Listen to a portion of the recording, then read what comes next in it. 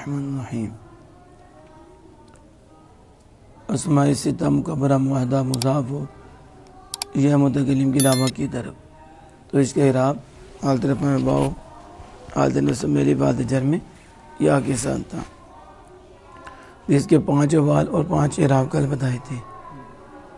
مفرد ہو تو مکبر ہو یا مصغر، دونوں صورت میں اعراب بالحرکت آتا ہے.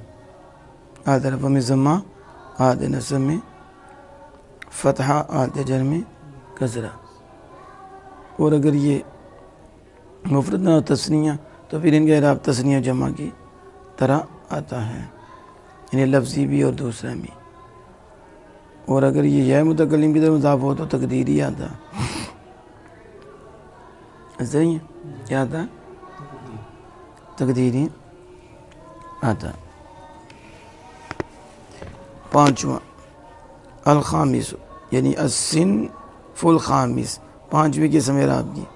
یکون الرفع بالالف والنصب والجر بالیاء المفتوح ما قبلها، رفع الف کے ساتھ، نصب و جر یا ما قبل مفتوح کے ساتھ. ویختص بالمثنى، اسے تثنیہ کے ساتھ خاص کیا جاتا ہے. وکلا مضافا الی مضمرین، اور کلا جو ضمیر کی طرف مضاف ہو، اثنانی اثنتانی، ان کا اعراب تثنیہ کے ساتھ اور کلا اور اثنانی اثنتان کے ساتھ خاص کیا جاتا ہے. جعل الرجلان کلاہما و اثنان و اثنتان، رأیت الرجلین کلیہما و اثنین و اثنتین، مررت بالرجلین کلیہما و اثنین و اثنتین. الرجلان حالت رفع میں الف کے ساتھ آیا، کلاہما میں بھی حالت الف کے ساتھ، اثنان بھی الف کے ساتھ، اثنتان بھی. حالت نصب میں یا ما قبل مفتوح کے ساتھ آیا. مررت بالرجلین کلیہما حالت جر میں یا ما قبل مفتوح کے ساتھ آیا. کہتے ہیں جب مصنف فارغ ہوا اس کے بیان سے جسے حروف کے ساتھ اعراب دیا جاتا ہے، وہ تو شروع ہوا مصنف اس کے بیان میں جسے 2 حرفوں کے ساتھ اعراب دیا جاتا ہے.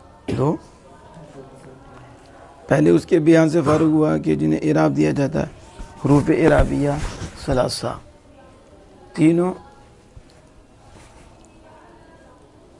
اعرابیہ حروف کے ساتھ انہیں اعراب دیا. اب شروع ہونے لگا اس میں جس میں 2 حرفوں کے ساتھ اعراب دیا. پیچھے 3 تھے نا، واو الف یا، ادھر وہ جنہیں 2 حرفوں کے ساتھ اعراب اس سے شروع ہوا. اور اس نے کہا کہ حالت رفع میں الف، حالت نصب میں یا ما قبل مفتوح. اب 2 حرفوں کے ساتھ اعراب آیا تو پیچھے جو تھا 3 حرفوں کے ذریعے اعراب آئے. تو اس میں ایک بات ہے کہ کلا کہا ہے، کلتا نے کہا کہ کلتا بھی اس کے ساتھ ہے، اس کی فرع ہے کلا، اور اس کا بھی اعراب یہی ہے. اس کا ذکر نہیں کیا، کہتے کیونکہ یہ کلا کی فرع ہے. تو جب اصل کا ذکر ہو گیا تو فرع جو ہے اصل کے ذکر سے کیا ہو جاتی ہے؟ مستغنی. تو اصل کا ذکر فرع کے ذکر سے بے پرواہ کر دیتا ہے. یعنی جب اصل کا ذکر ہو گیا تو فرع کے ذکر کی ضرورت نہیں ہے. تو جو اصل کا حکم ہے وہی فرع کا حکم ہے. پھر کہتے ہیں کہ مصنف نے اثنانی اثنتانی میں اصل پر اکتفا نہیں کیا، اصل کے ذکر پہ. جیسے کلا میں اصل کا ذکر کر دیا، فرع کا نہیں کیا. تو اثنانی میں اثنا کا ذکر کرتے تھے، اثنتانی اس کی فرع تھی، اس کا ذکر نہ کرتے. لیکن مصنف نے اس کا ذکر کیا ہے. اس کا کیوں؟ کہتے ہیں لِأَنَّهُمَا مِنْ أَسْمَاءِ الْعَدَدِ، اس لیے کہ یہ اسماء عدد سے ہیں. کسی ہیں؟ عدد سے ہیں. وہ مخالف لجمیع الاسماء بالاستعمال، تو یہ استعمال میں جمیع اسماء کے مخالف ہے.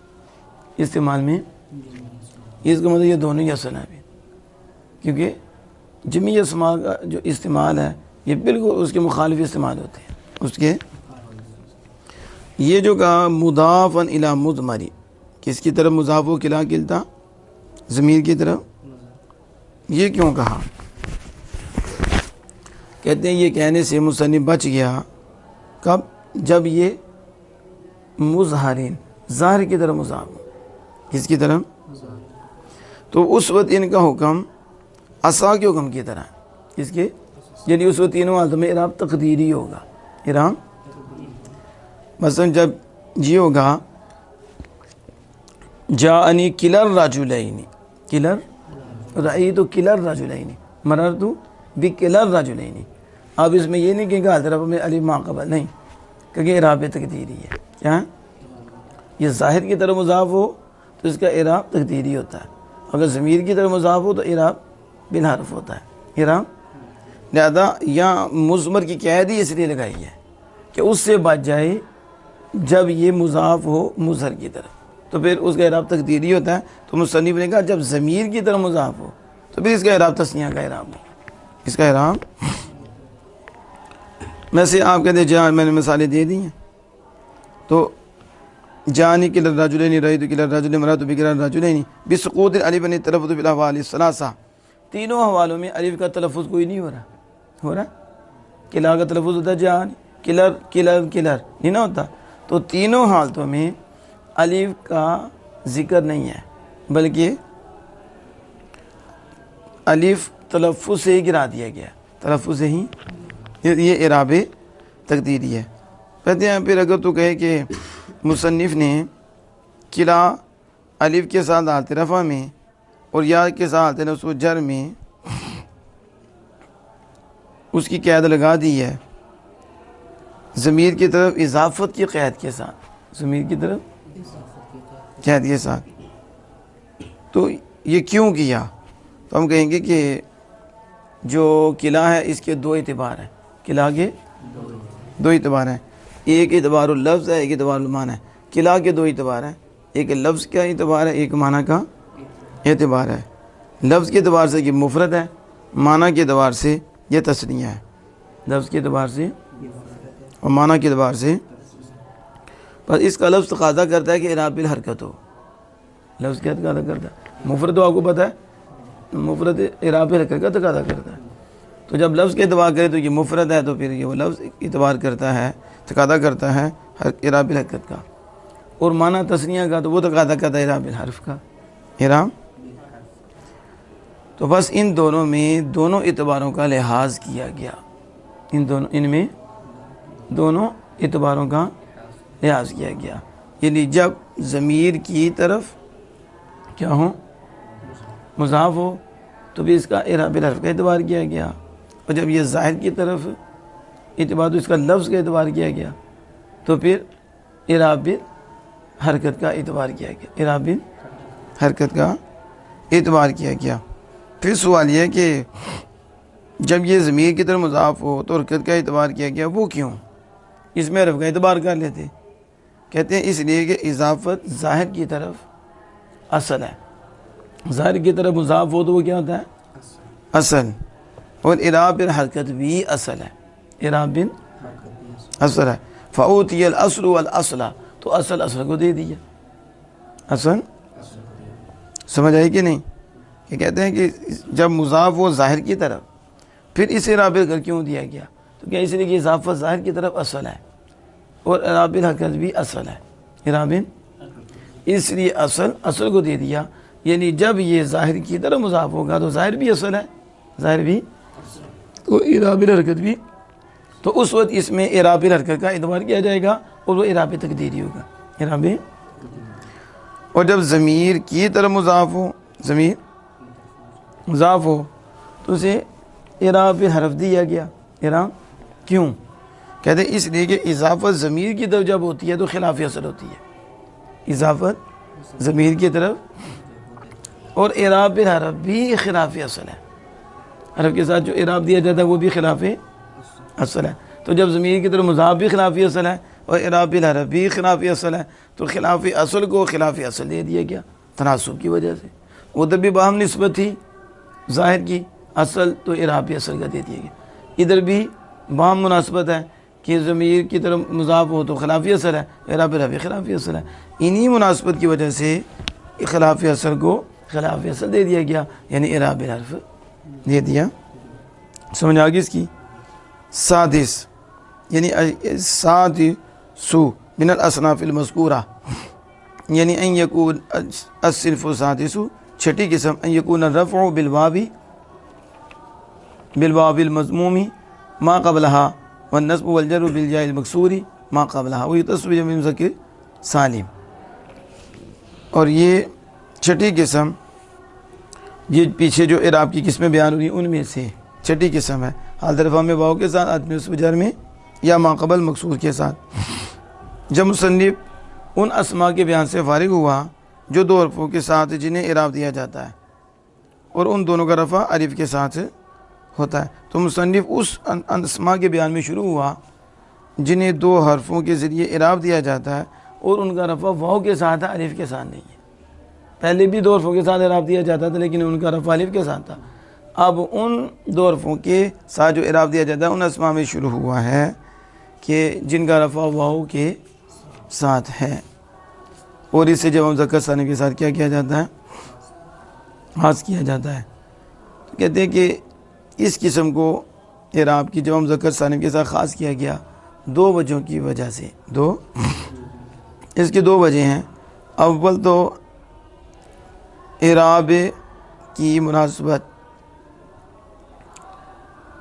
حرفی، اعراب حرفی کی مناسبت ہے اس کے لیے کہ وہ دونوں فرع ہیں، یعنی جمع مذکر سالم اور اعراب بالحرف کی ان کی آپس میں مناسبت ہے.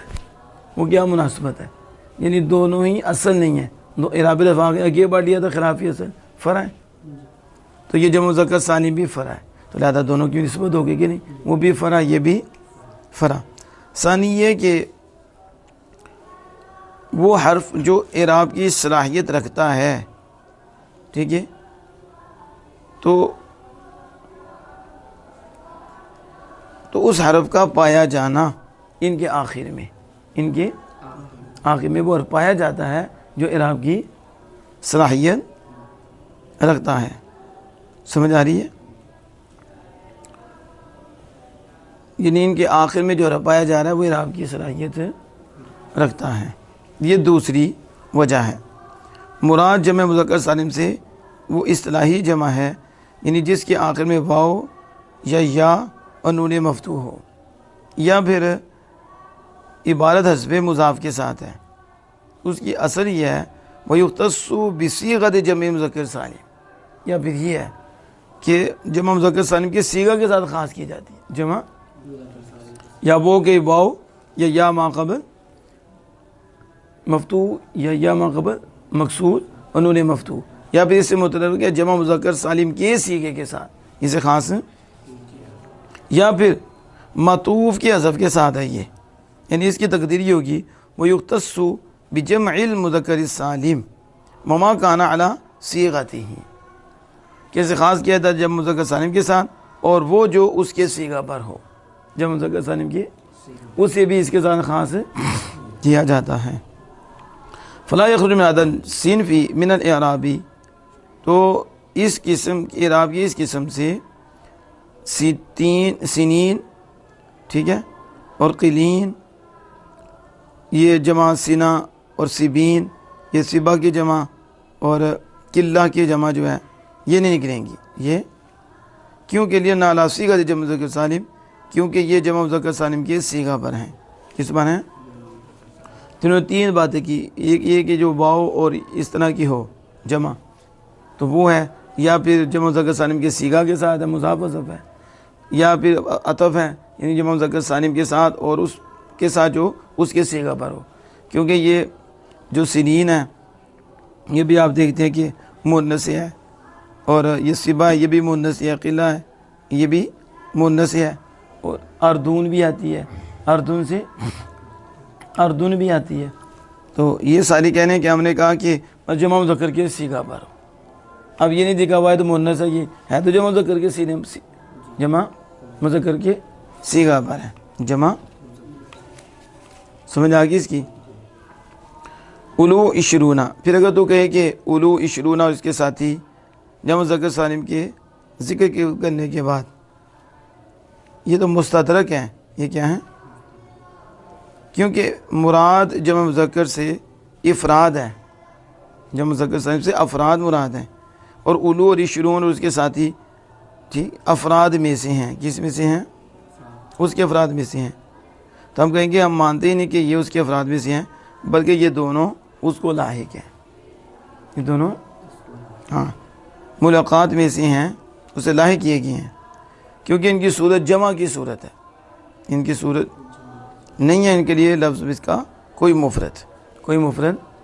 آپ کوئی کہے کہ یہ تو وہاں میں ڈال رہا ہے کہ دیکھو یہ تو اس کے افراد میں سے ہیں، تو آپ کو اس کو بھی الگ کر دیا کہ جمع مذکر سالم اور اولو عشرون، کہ ہم نہیں مانتے کہ یہ اس کے افراد میں سے ہیں، کہ جمع مذکر سالم کا یہ بھی فرد ہے وہ بھی فرد ہے، تو پھر تو وہی حکم لگے گا، بلکہ یہ اس کے ملحقات میں سے ہیں، اسے جمع مذکر سالم کے ساتھ لاحق کیا گیا ہے۔ سمجھ آئے گی اس کی؟ تو دیکھیں ان کا مفرد ہے ہی نہیں، ان کا مفرد۔ اگر تو کہیں کہ تمہارا قول اولو میں صحیح ہوتا ہے، کس میں ہوتا ہے؟ کیونکہ یہ زو کی جمع ہے، علی غیر لفظی، اپنے لفظ کے علاوہ پر ہے، کیونکہ زو کی جمع پھر اولو تو نہیں نہ آتی، لیکن زو تو واحد ہے نا، تو کہتے ہیں یہ زو کی جمع ہے اس کے لفظ کے علاوہ پر۔ تو ولا یستقیم عشرون، یہ عشرون اس کے ساتھیوں میں صحیح نہیں ہوتی، کیونکہ جائز ہے کہ عشرون جمع عشرہ ہو، کس کی؟ اور ثلاثون جمع ثلاثہ ہو، اور اسی پر قیاس ہم کہیں گے اگر عشرون جمع عشرہ ہو تو ضرور عشرین کا اطلاق 10 عشرہ پر صحیح ہوتا ہے۔ کتنے پہ؟ جب یہ عشرون کی آپ بتائیں واحد عشرۃ ہو تو پھر آگے عشرین بنا، کتنا؟ تو آپ کہتے ہیں کہ عشرین کا اطلاق 10 اتنے کا کئی عشرات پر صحیح ہوگا، کتنے؟ یعنی ایک عشر کو جمع کرے پھر دوسرا پھر جمع تیسرا، کیونکہ واحد بنے گا نا، تو واحد کو جمع ہی کرنا ہے نا، ایک عشر کو جمع کریں پھر دوسرے کو پھر تیسرے کو پھر چوتھے کو، تو 10 20 30 40 50 یہ تو بڑے عشرات بن جائیں گے اگر اس کی واحد ہو۔ اگر رجال میں راجل جمع راجل نہیں ہوتا نا، ایک کو کر کے تو 3 بنا پھر چل، تو اس کا اطلاق کتنے پہ ہو جائے گا؟ سمجھ آئی؟ اس طرح ثلاثون جمع ثلاثہ، اگر ثلاثون اور اقلھا اور جمع کم از کم 3 عشرات، کم از کم جمع تو 3 عشرات بنتی ہے نا، جمع کا اطلاق 3 بتے ہوتا ہے، تو عشرون کا کم از کم اطلاق تو 30 پہ ہوگا، پھر کتنے؟ 30 پہ ہوگا۔ بس مناسب ہے کہ عشرین کا اطلاق 30 پر صحیح ہو جائے، پھر اس پر، اور کوئی بھی اس کا قائل نہیں ہے۔ اسی پر 30 ہے، یعنی 30 لیں گے، پھر اس میں بھی کیا ہوگا؟ ایک ثلاثہ پیچھے نہ آئیں گے نا، پھر اس کے اوپر پھر اس کو بھی جمع کرنا شروع کر دو، ان کو بھی جمع کرو، تو بھی کتنے 30 کتنے بنیں گے وہ؟ ٹھیک ہے، اگر واحد پہ لیں تو کم از کم 3 پر تو بولا جائے گا، کتنے پر؟ یعنی کہ تو کہے کہ یہ الفاظ میری مراد 20 30 وغیرہ یہ کمیات مسورہ پر دلالت کرتی ہیں، مسور مقداروں پر دلالت کرتی ہیں، اور یہ جمع میں حصر نہیں ہے، جمع میں حصر نہیں ہے۔ تو ہم کیا کہتے ہیں کہ یہ الفاظ 20 30 وغیرہ یہ محصور کمیتوں پر دلالت کرتے ہیں، کس پر؟ کمیت پر، اور یہ جمع میں حصر نہیں ہوتے، بند نہیں ہوتے جمع میں۔ اگر تو کہ اصل اعراب میں حرکت ہے تو پھر تثنیہ اور جمع کو اعراب الحرف کیوں دیا گیا؟ تو ہم کہیں گے تثنیہ اور جمع دونوں واحد کی فرع ہیں، دونوں واحد سے بنی ہے نا، دونوں واحد کی فرع ہیں، اور اعراب الحرف بھی اعراب بالحرکت کی فرع ہے۔ تو جب تثنیہ اور جمع واحد کی فرع ہیں تو اعراب بالحرف بھی اعراب بالحرکت کی فرع ہے، تو فوتی الاصل تو اصل کو دے دیا گیا، اور فرع کو باہم مناسبت کی وجہ سے۔ جمع مؤنث سالم مفرد کی فرع بھی ہے، جمع مؤنث سالم پھر مناسب ہے کہ اسے اعراب بالحرف دیا جائے، لیکن اس کے آخر میں ایسا حرف ہے جو اعراب کی صلاحیت رکھتا ہے، اس کی تو پس اسے حرکت کے ساتھ اعراب دیا گیا ضرورت کی وجہ سے۔ سوال یہ تھا کہ آپ نے کہا کہ یہ بھی فرع ہے تو پھر اس کو بھی اعراب بالحرف دیا جائے، تو کہا کہ اس کے آخر میں ایسا رفع ہے جو اعراب بالحرکت کی قبول کرنے کی صلاحیت رکھتا ہے، تو ضرورت کی وجہ سے اسے اعراب بالحرکت دے دیا گیا۔ واللہ تعالی